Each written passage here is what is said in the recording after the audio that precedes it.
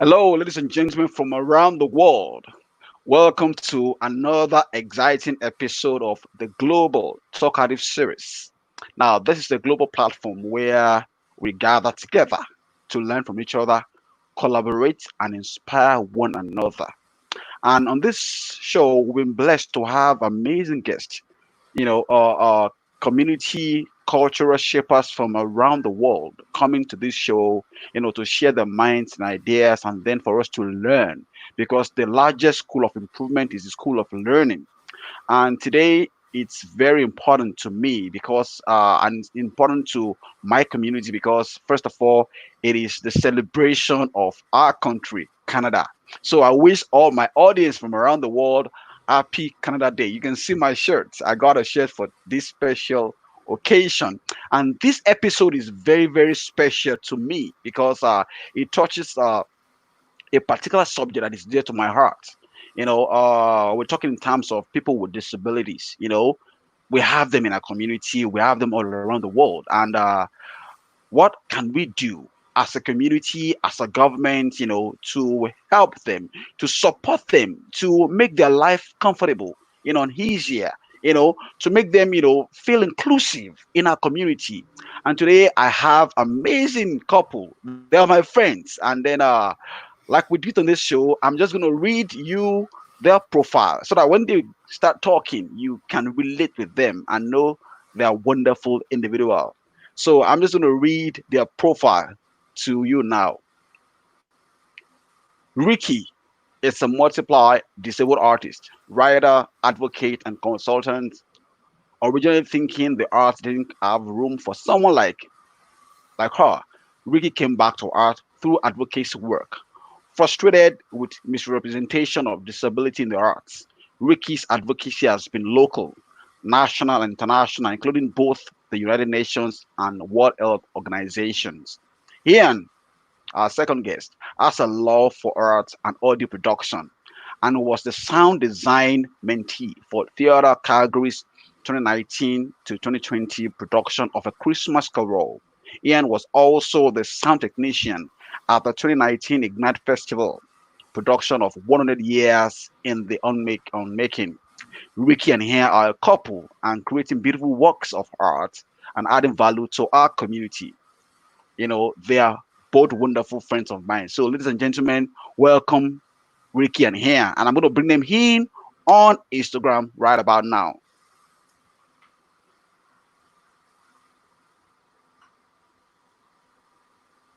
All right. Excellent. There we go. Thank you so much for having us, Lonray. This is incredible. That's amazing. So, our audiences, we're reaching you now from our studio here in Calgary. We're reaching you now. We are broadcasting real time on Facebook, YouTube, and Instagram all at the same time so that we can reach every individual from across the nations of the world. I want to appreciate those who are joining us right now. Farai Seven Fareke, thank you for joining us. Seven Father for joining us. Thank you very much. We appreciate Alabiadinekon for joining us and all our guests. So we're waiting for Ricky to join us on Instagram. Have you seen the invitation? I sent it to you. Mm-hmm. Thank Uh, you, Sophia Godwin, for joining. Wilma there we Photography, thank go. you for joining. We What's up, appreciate you man? guys for joining us on this discussion today. There we go. Are we all joined in on Instagram? Yeah, we're just waiting for. Okay, let Oh, me see. we're gonna. There we go. Perfect. I think we got it. Yeah, so we're coming all right in now. Okay, good. That's amazing. Perfect. All Yeah. right. So, ladies and gentlemen, meet Ricky and Ian. They are both disabled artists, doing amazing work in the community, and they've taken time out of their busy schedule to join us on today's show. And by the way, to our audience, our topic of discussion today is COVID-19 and persons with disability, the challenges and the opportunities.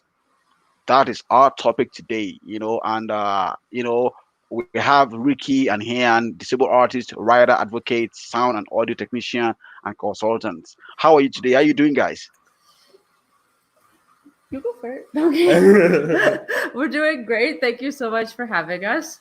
Yeah. Yeah. Thank you. That is amazing. So, before we go into the discussion, there was a recent article that was published on Ricochet, about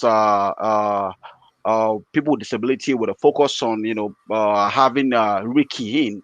And I'm just going to read this article, to you so that you can understand what we're discussing today. Now, for many people with disabilities, social isolation was the norm long before COVID-19 arrived, but they have still experienced a bumpy adjustment as the pandemic both exacerbates challenges and increases accommodations. As an autistic person and wheelchair user, Ricky and Ian understand this tension better than most of us. Sitting in a small apartment that has lost balcony access due to construction, Ricky and Ian recall the period when the space was even more claustrophobia, including due to potential exposure to COVID-19. We can hear, who are disabled at their care hours significantly cut to 2 weeks, while the couple was able to support each other to take showers. They couldn't access and share laundry space, and they quickly ran out of fresh clothes. They struggled to clean their apartment, and their recycling and garbage started to pile up. These are just, a bit of the things that has been happening. So tell us, how has this experience been for you, the COVID-19 experience? I You I sure? think it's been a complicated roller coaster of emotions. I think Hmm, like like you said in the beginning, on some ends accommodations have increased, but hmm, that's a it's bittersweet because these are accommodations that disabled people have been fighting for, and often have been the ones that have been spearheading. So in the arts there have been times where we have been at the forefront of doing these things, and now that they're commonplace, I don't see disabled artists, and I don't see disabled artists being paid.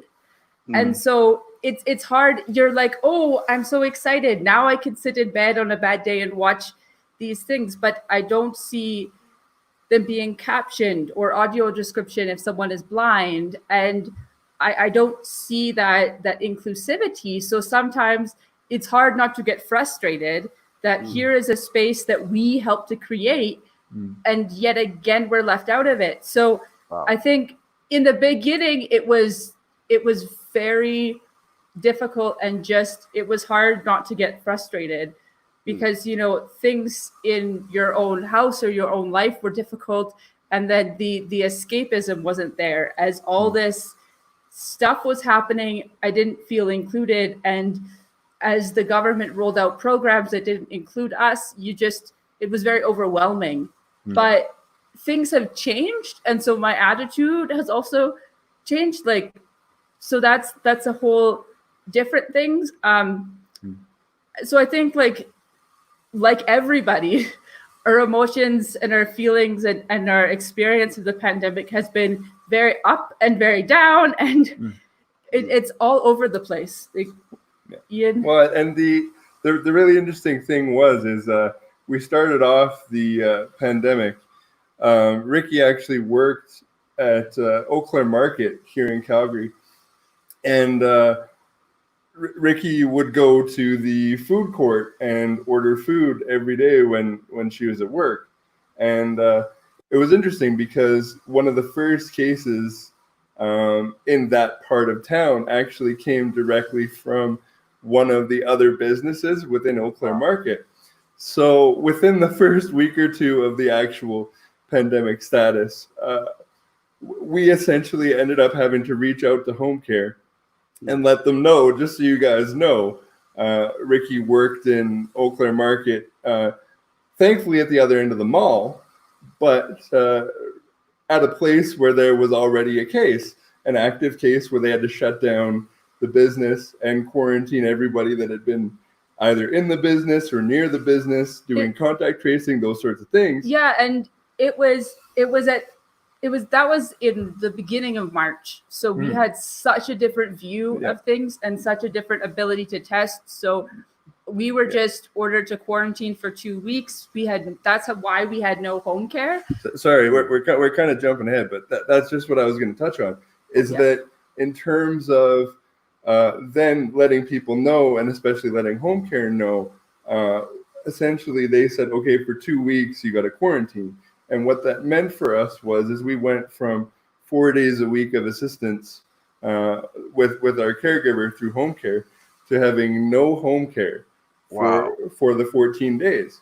Now, thankfully, it's just the two of us, so we really could just kind of consolidate all of our ability and mobility and the things that we had around in order to take care of one another. But like you mentioned earlier, as was written in the article, one of the things that we kind of hadn't planned for was, honestly, the amount of garbage from just packaging and cooking and cleaning and taking care of one another. We ended up actually having a problem with a lack of space after a while because of those things, because we just got so used to having some help that when everything kind of went awry, we didn't even have a way to get garbage out of our place safely. So it's an interesting thing, because it was all the normalcy of having assistance and sort of being interdependent and helpful to one another. We had the basic skills, because especially in the wintertime in Canada, you're dealing with a couple feet of snow at a time. You get used to kind of living in isolation just as a rule in the wintertime. But it was one of those things where, as time went on, thankfully it was just for 2 weeks, we were able to then kind of get services back little by little. But it's an interesting conundrum to be in, because the last thing on my mind when everything kind of broke down, I guess, was, what are we going to do about garbage? What are we going to do about laundry? How is that going to work? Because, like I say, it's not that we take our care for granted, but I just don't think we understood the gravity of what was happening in the very beginning. So it was just very interesting. Sorry, and just to quickly add to that, I think that's just that just brings to mind like what my concern was when I saw, because at that time we were really looking at Italy and other places, and then I quickly saw it in Canada, was that it became clear that there was no plan B. There was no plan B, and I see that this is how I feel now as the economy is opening, is that disabled people are an afterthought. And I specifically mentioned my time at the World Health Organization, because I remember now I just keep flashing back to, being this very young, outspoken person in this group of people significantly older than myself, when I was the one who was speaking up so strongly about elder care. Because as disabled people, we also see that, and we see the parallels. And disabled people have been speaking up against institutions, and we've been speaking up against the way that we treat home care workers. In Canada, there's been a huge problem where we frequently rely on migrant workers. And so that's people that do not have citizenship and do not even sometimes have things, do not have the required documents to get assistance. And certain provinces were having a huge problem where other Canadians or people with, documents weren't the ones that were taking care of seniors in these emergency times. You had these migrant workers, but they were not able to access assistance themselves, or they had no guarantees of anything afterwards. And so that was coming under huge criticism. And it's this thing where it's all intertwined, and the way that we treat people who care for disabled people falls into the way that we treat disabled people. And so there was never a plan to care for our workers, and there was never a plan to care for disabled people. And so I think that's just what all of a sudden, when I call and I said, well, I've had this potential exposure. I know it's probably unlikely, but I've become quite ill. So I think it's worth exploring. You know, and they said, okay, we'll set you up for testing. I said, okay, but I don't drive, and I don't think I can take handy transit if I've had a possible exposure, because then I'm risking exposing many vulnerable people. Yeah. And you have people that are on dialysis and all these things that rely on this. That's very dangerous. And before, they were going to people's houses and they said, well, I don't think we can go to your house. And I never got a call back. I got better. The 2 weeks finished, and we were so busy during that 2 weeks just trying to cope that there was just too much going on. And I think that's just what started scaring me, was no plan B. And then you just start hearing the horror stories of people in Italy, the government goes into a senior's home and finds dead bodies and people barely alive and no care workers. And because the care workers were too afraid to continue coming to work, because nobody wants to be exposed. Nobody wants to put themselves in that position. And it's just unbelievable that way. So that is amazing. Thank you so much for sharing your thoughts. To our audience, this is still the Global Talkative Series, a global platform for inspiration, collaboration, and to encourage one another. And our topic today is COVID-19 and persons with disability, the challenges and the opportunities. And our guest today, beautiful couple, Ricky and Ian, disabled artist, amazing individual, and we're talking about how they've been able to cope during this pandemic season. Now, Ian, when you were talking at that time, you mentioned that Ricky works with at the Oakland market. Now, the question I have is, in what ways has COVID-19 affected your work? You love to work with sound and tech. Ricky's an artist and all of that. In what ways has this COVID-19 affected your works? Okay, so I'm just gonna go first, if that's okay. The really wonderful thing is in November to December, I had the wonderful opportunity to work with Theatre Calgary, on their production of A Christmas Carol. And one of the wonderful things about it was that through that experience, I was able to sort of find my place and sort of find my passion. And it was a wonderful experience, because I got to see firsthand how a big theatrical production was made, which was really neat. But one of the most beautiful things that opportunity gave me was the understanding that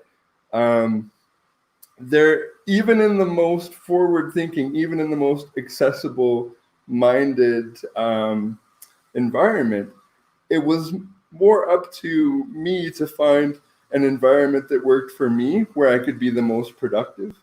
And what was nice about it is although it was a wonderful experience, and I love that I had the opportunity, it kind of showed me that it was best to sort of consolidate all my passion and all of my skills to working from home.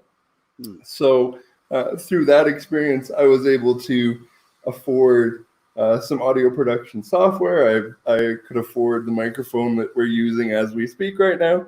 I do need some new headphones, I'm seeing, but it really was wonderful, because it kind of showed me, okay, in the wintertime, I need to work from home anyway, but with COVID-19, the added safety of being able to say, okay, what am I going to do today?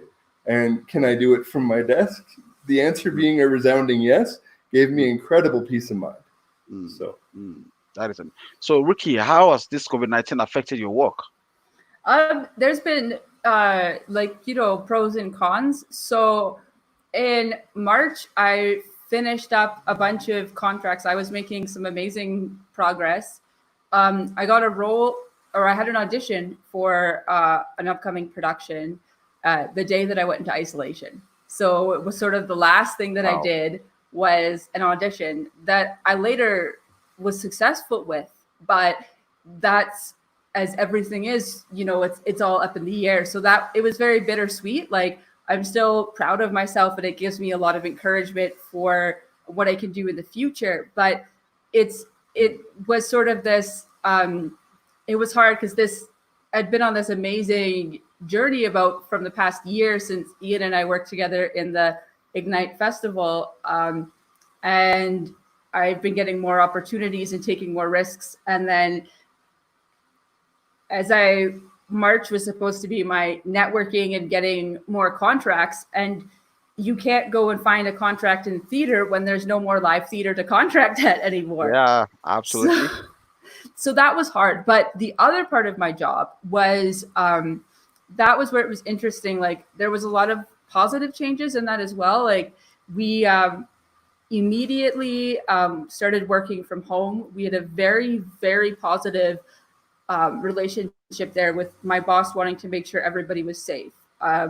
Where, oops, that's being loud. Where it was just important that we were all taken care of, that we were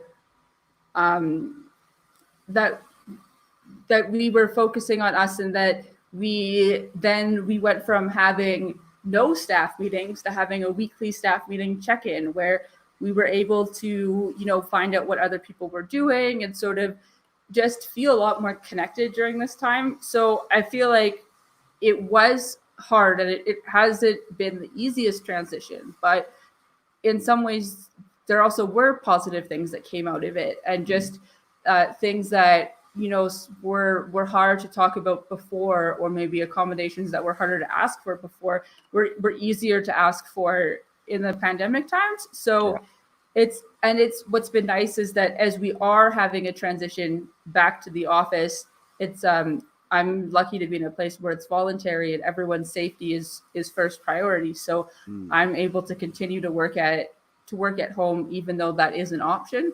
And I know that that's not always the case for everybody. So I've had, I think, it's been up and down, but it's had a lot of positives to it. That is amazing.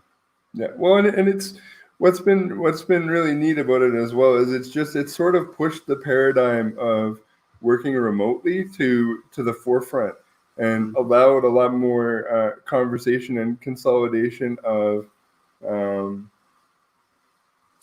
the ability to communicate and showcase your skills in a way that's the most comfortable for safety, for mobility, for everyone, really. So it's just been a wonderful push to see.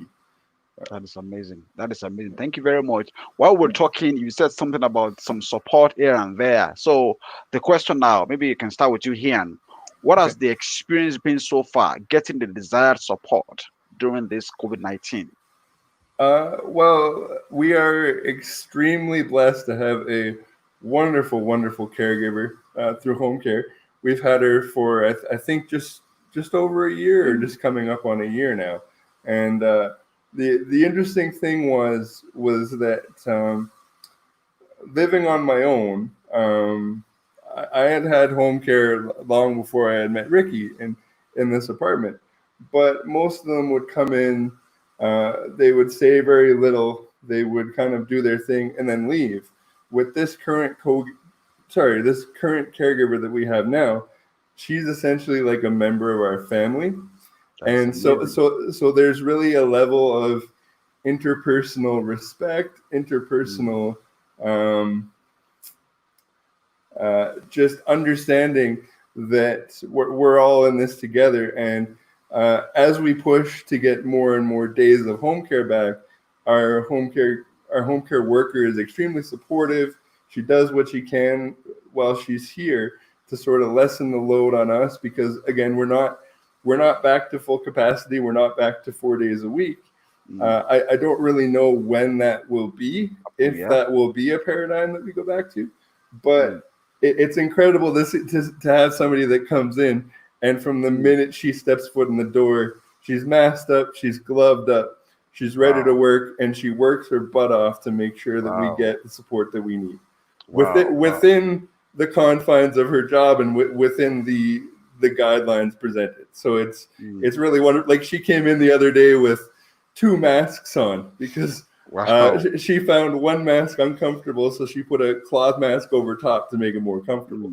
So and she's re-gloving every 10 to 15 minutes, no matter what she's doing. It's incredible. So when you have the support, it really does work really well and make things easier for everyone. Mm. Thank you to that support worker that's been coming to your house. I don't know her Yes, or wherever yes. she may be. I want to say thank you Mhm. so much for really taking care of Ian and Ricky, and to all the support workers out there and frontline workers.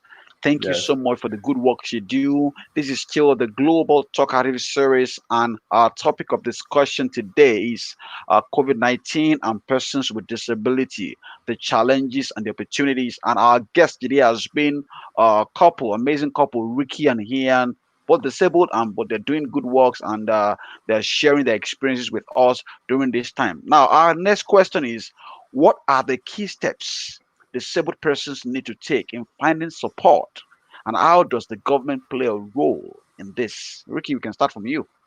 Yeah, I think that's a really tough question to answer because one, it's very individual, but it also like a lot of it depends on your things like your living situation or your home situation. So if you live with a family member, then you might be able to get support from your family member. But I think one of the biggest challenges is that in some places there's been a significant cutback from government Mm, support, mm, and the solution in the eyes of the government has been, well, just ask a friend or a family to help. and mm, and that's something, if I had all the time in the world, I could talk about why that is frustrating in the general sense. But in the sense of COVID-19, that's very difficult because if they're not isolating with you, then you could be putting that vulnerable person at risk if you have to mm, continue to go to their house and leave and stuff. So we had very close family friends that were doing a lot of help with us and helping other things, but they haven't been over since the pandemic because um, that's a risk for everybody involved. yeah, You know, many everyone lives in a different living situation, but if you're living in an apartment situation, that means there's a lot of um, other people that you could risk coming into contact with. There's a lot of factors there. And so if you have, if you're a disabled adult, a lot of the adults in your life that are helping yeah. you are over 60. Mhm, So I think the one of the biggest roles is pushing the government to what I've sort of said before. What I say a lot is that we're not reopening the economy on the backs of our most vulnerable, that mm, we aren't pushing the economy first, and we need to mm, push people first. mm, Um, I think there's this idea that if we solve the economy, we will solve every problem. mm, And mm, I felt that a lot as an Albertan. I felt that a lot when we had our Albertan election, where people would say, well, this election has turned into economy versus human rights. And so wow. if we solve the economy first, then we can deal with the rest later. And Mm, as a vulnerable person, I would always think, but does that mean I don't matter? Am I not part of this economy? And so I think there's some of us that worry that we will be risk being portrayed as a drain on the system, as people that we need to, well, mm, this is, as some articles have implied, that, well, maybe this is good that we're getting rid of the people that aren't are these more vulnerable people. And okay. they don't want to Mm, they don't want to say it outright, but you're like, yeah. wow, did they mention that? And I would see a lot of this on Twitter or Facebook, the way that people would phrase, they didn't Mm, care because it wasn't them. And you're like, well, don't wow. you have a grandma? Don't you have an older? So I think the biggest thing is to be pushing the government. The government has to step in and say, we value these Mm, people. mm, So mm, that means that we won't push out policies that say, oh, if you're on ACE, you make too much money. So Mm. we will, and I think those are the little tiny things that people don't realize impact how we think about people with disability, but it builds up anger in people. And this has happened in other countries where they've mm, had big austerity campaigns where they made lots of anger towards seniors or disabled people. And Mm. so I think it's just finding support comes from two parts. It comes from the government and the community. So to other disabled yeah. people, I say, you might not be able to have your community in person anymore. Find your community online. Many disabled people have gone to online spaces for a long, long time. We met in person, but we were better friends online first because we were nervous talking to each other in person. And many of my best friends who have provided the best support to me in the hard years of my life are online. And so when COVID-19 happened, we were there for each other online. And so I think that's what I'd say to people. But I also just say that we need to push the government to care. And the biggest hurt for me, and I think for Ian as well, was during National Accessibility Week, the government announced that they were giving $600 to disabled people. And I was frustrated because it took 3 months to make one policy about disabled people. But that's not what happened. They had announced the policy before the bill was actually passed. That bill did not pass. Wow. So over the past couple of weeks, things have changed. And now they may have to make a new bill, and now disabled people will get that money. But I woke up one day thinking the government finally cared, and woke up another day to find out they'd posted a retraction. Yeah, that they did it. So they used National Accessibility Week to make this feel-good statement. And then we were still left. So that's the biggest thing is I just want to see the government genuinely do something. Okay, and now to you, Rian. Still on the same question. Now, you mentioned something about, okay, there are some basic essential needs, toiletries, food, garbage and all of that. And based on what Ricky said, that we can probably push more for government to support people with disabilities. Now, in terms of looking at the community, would you say that the community has been there to support you, especially during this pandemic? In terms of, for example, now we had cases where people are stocking up toilet papers and sanitizers, and those are people who can drive, can run, can wake up early. But with you, with limited mobility, how has the community respond to, supporting you guys? Well, I think the first thing that I try to keep in mind for myself is that everybody's learning. This is a new precedent for everyone. So everyone's just trying to learn and kind of find their way in this new world. But with that in mind, I think for us, we live in an incredibly wonderful building filled with incredibly wonderful people. And right when everything kind of went south, thankfully, my parents at their house are only about 25 minutes away from where we live. And my mother gave me a frantic phone call and said, "I'm grabbing you toilet paper, I'm grabbing you gloves, I'm grabbing you hand sanitizer." But the most wonderful thing that happened was we're very good friends with a number of our neighbors. And as soon as everything kind of started going crazy, we banded together and said, "Look, who needs toilet paper? Who does need hand sanitizer? Do you need milk? Do you need water? What are you doing for groceries? Can we help? How can we help? What can we do?" So within a group of 3 or 4 people, we said, "Okay, nobody goes without." So it's interesting because I think that the first step needs to be making good relationships with those people that are closest to you in terms of your family, in terms of your friends, but also not being so afraid to reach out to neighbors, acquaintances, friends of friends, those sorts of things, and just saying, "Look, at some point we're all going to need help. What can I do to give you a hand?" And that extends on a governmental level in terms of keeping a discourse open to say, "Look, we need your help. I understand things are crazy. Nobody really knows what's going on. Can we acknowledge that first and then move forward?" Because it's interesting because when everything kind of went south, we saw our bills go up. We saw our delivery services go up.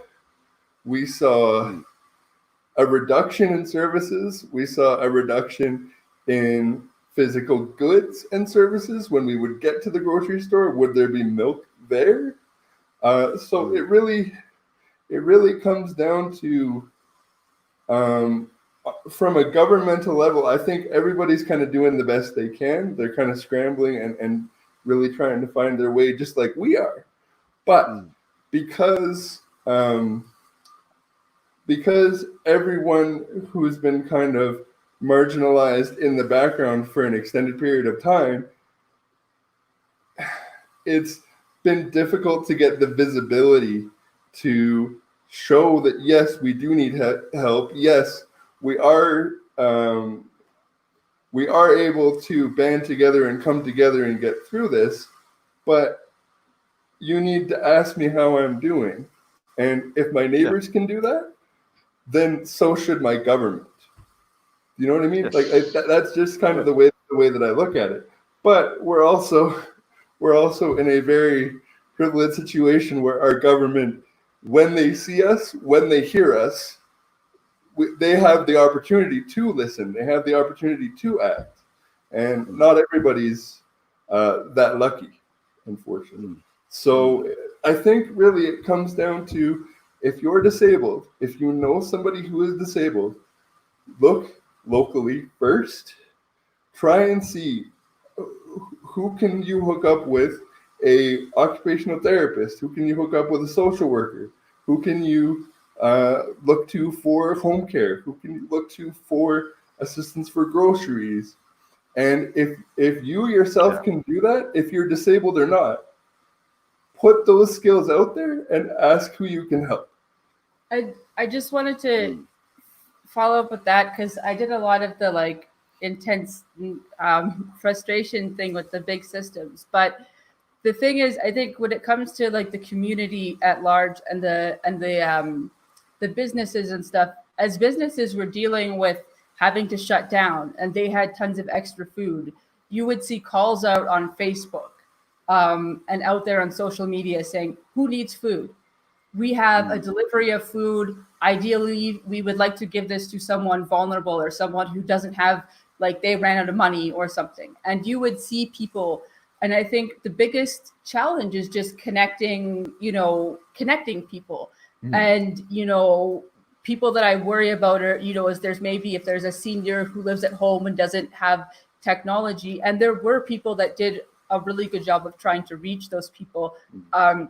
I know of like Men in Kilts, they switched to an impromptu grocery delivery service when they Yes. realized that That is disabled and amazing. Yeah. people and seniors couldn't access groceries. When Wow. they were Mm, overwhelmed by by the need, they put mm. the call out to other community organizations. So I think it's just that like we got through that first part where it was part frustration and overwhelming.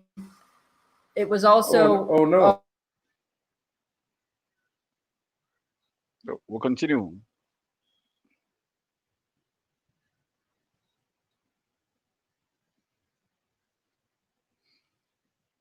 We're still live on Instagram though.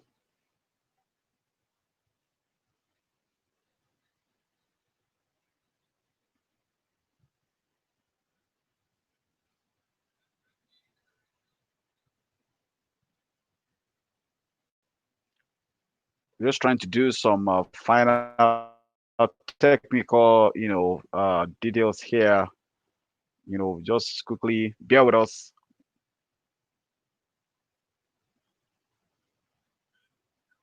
Yeah, I can hear you.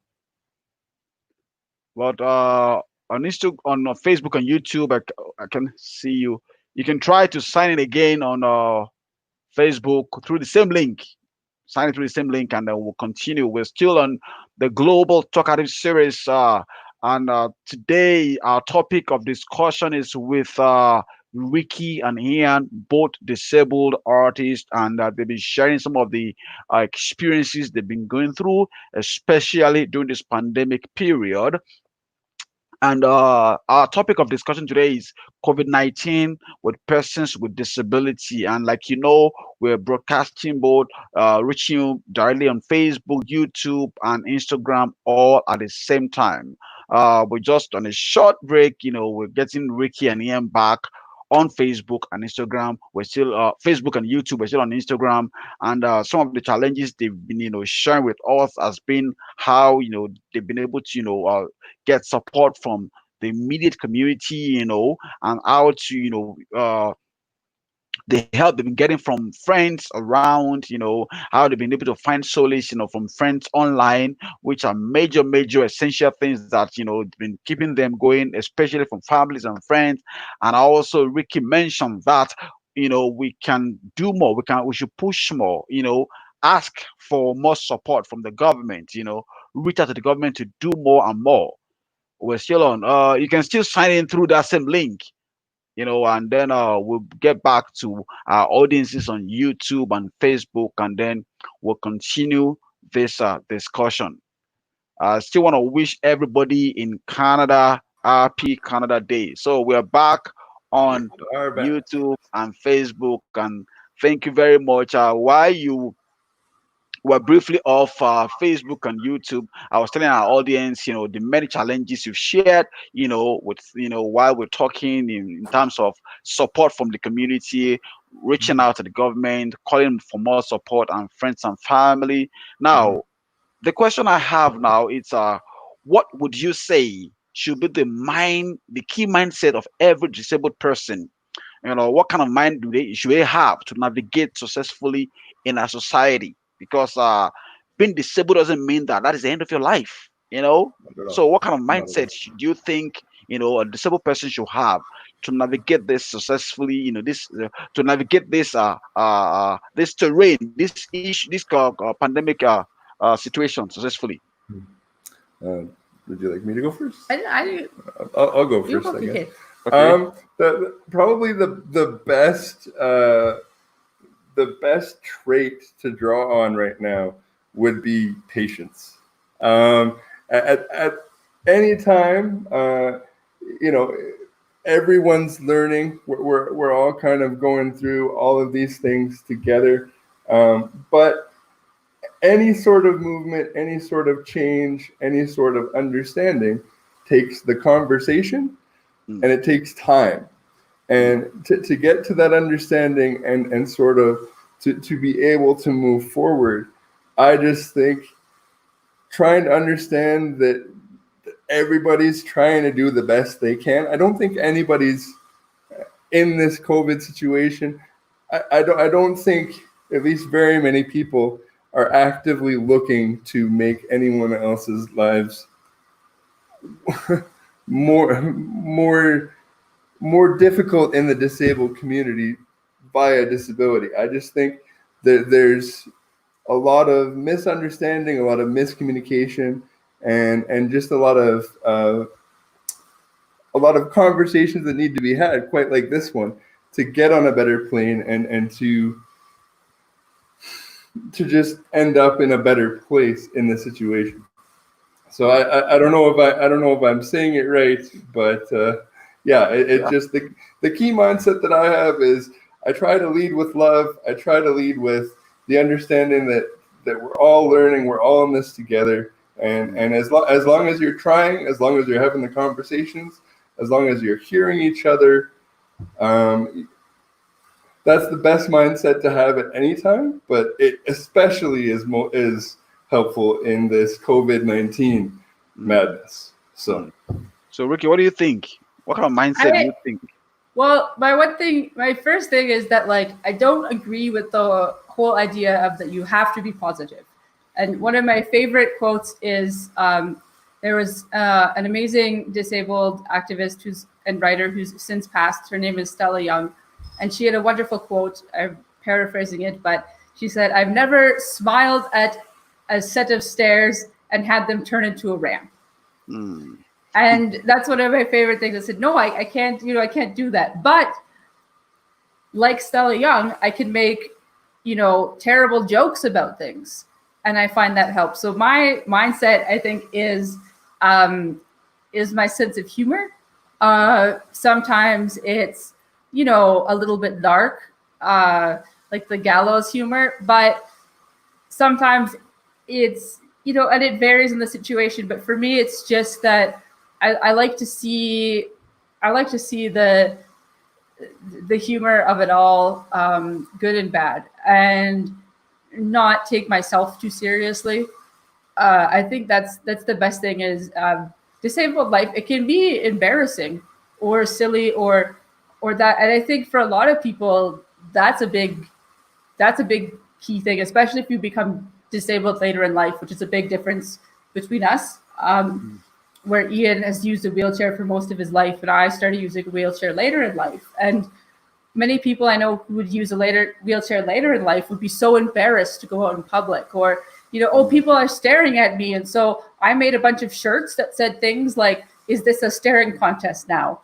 Or so then people would stare at me, they would read my shirt, and then they would just, oh no, oh no, oh no. And I would just live for that moment of watching them realize what they were doing and things like that. So, before when I was walking and I would be very silly and trip and fall, and, I just thought, oh, it was funny. So my friends, we would just start making jokes. Oh, how long will it before Ricky trips and falls and ends up on the main street? And, that happened once and I got very bruised, but the bruises healed and now we have a funny story. So I think it was you can't make, it's not always going to be positive. It's not always going to be funny. And I say, some days I'm having a bad day. I tell myself, okay, you get to be upset today.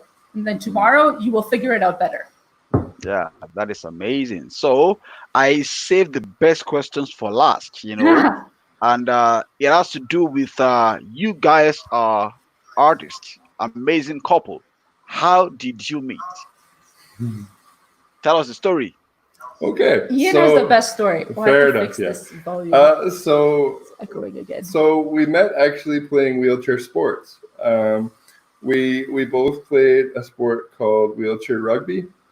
I played for the local team, the Calgary Inferno, calgaryinferno.com. If anyone's interested, I'm sure they need volunteers. I'm sure they'd be interested to have you. Anyway, so I played for the Calgary team. We held a tournament. I think I was 25 or 26. And it's Valentine's Day. It was Valentine's Day at Bishop Carroll High School. And it was really funny because that morning I struggled to put on a pair of Adidas shoes because I was just having kind of an off day in terms of spasticity and just kind of the little idiosyncrasies that my disability creates. So I came in with my shoelace untied. Now you would think in a wheelchair that really doesn't make any sort of difference. You're using wheels. Why would that make any sort of difference? Well, right when I came in, I was using a manual wheelchair, and I rolled in, and Ricky and one of Ricky's friends was actually outside getting ready for their game in the morning, and I rolled up, and I had met Ricky once or twice before this, I think, but I'd never really had a chance to talk with her, and I rolled up, and I was so smitten. And she looked so gorgeous that day that I literally rolled up. My shoelace got stuck in the front caster of my manual wheelchair. I almost fell out, and I actually ended up hitting a garbage can and almost knocking a garbage can over. So as we're both laughing, I was like, "Hey, how's it going?" And it was the start of our very first conversation. And I ended up moving on from playing just at the local level. I ended up playing at the provincial level as well. So there was a couple extra tournaments at the provincial level. So I ended up seeing Ricky a couple more times a year. And then we essentially figured out it's so good to be around you. I don't want to not be around you anymore. Let's do something about that. So I ended up having Ricky out. She was living in Winnipeg, and unfortunately her apartment had just had its third round of bed bug spraying or something like that. Wow. So I brought Ricky out for her birthday and took her to the zoo. And what was supposed to be maybe a week in Calgary ballooned into eventually, wasn't it? 6 weeks. It was 6 weeks, yeah. So we just kind of realized this works and that this is a lot of fun. So why don't we just make this permanent? And Ricky went home, got on a plane home. Both of us kind of realized we got to do something about this, and talked on the phone, made arrangements. Things weren't really working so well in the apartment where she was living. So I just said, why don't you just come live with me? And I think it was 3 months later, Ricky moved all her stuff. Yeah, not even. Yeah. Yeah, not even 3 months later. I left she most came to of my live here. stuff here. So yeah, it was really funny. I knew it was serious, and my parents knew it was serious when I told them I'm gonna have to get rid of half of the stuff in my closet. I was talking with my mother, and I was like, "Hey, Mom, I need your help moving some stuff out of the closet." And she's like, "Oh, you're finally getting rid of all your stuff. Why is that?" And I said, "Well, I met a girl." Wow. And she didn't even say anything. She hung up the phone and she drove over here, and she was here within 10 minutes. Like, tell me more. I need to know. So Wow. yeah, so it was wonderful. It was hilarious. It was terrifying. It was amazing. And yeah, it just a really fortuitous circumstance.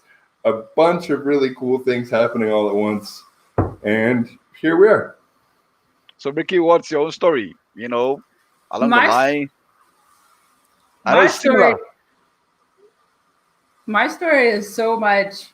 I make it like he makes it sound so romantic. I'm just like, oh, like it was my second rugby tournament, and I was so nervous. And there was this guy, and he had this cute Batman headband, and he said hi to me, and I was like, oh, I met someone new at rugby, and he was really nice. And then it kind of just goes on, and then when it was my second year at nationals, I was having a really, really rough. It was a really awful time of my life, very, very bad time.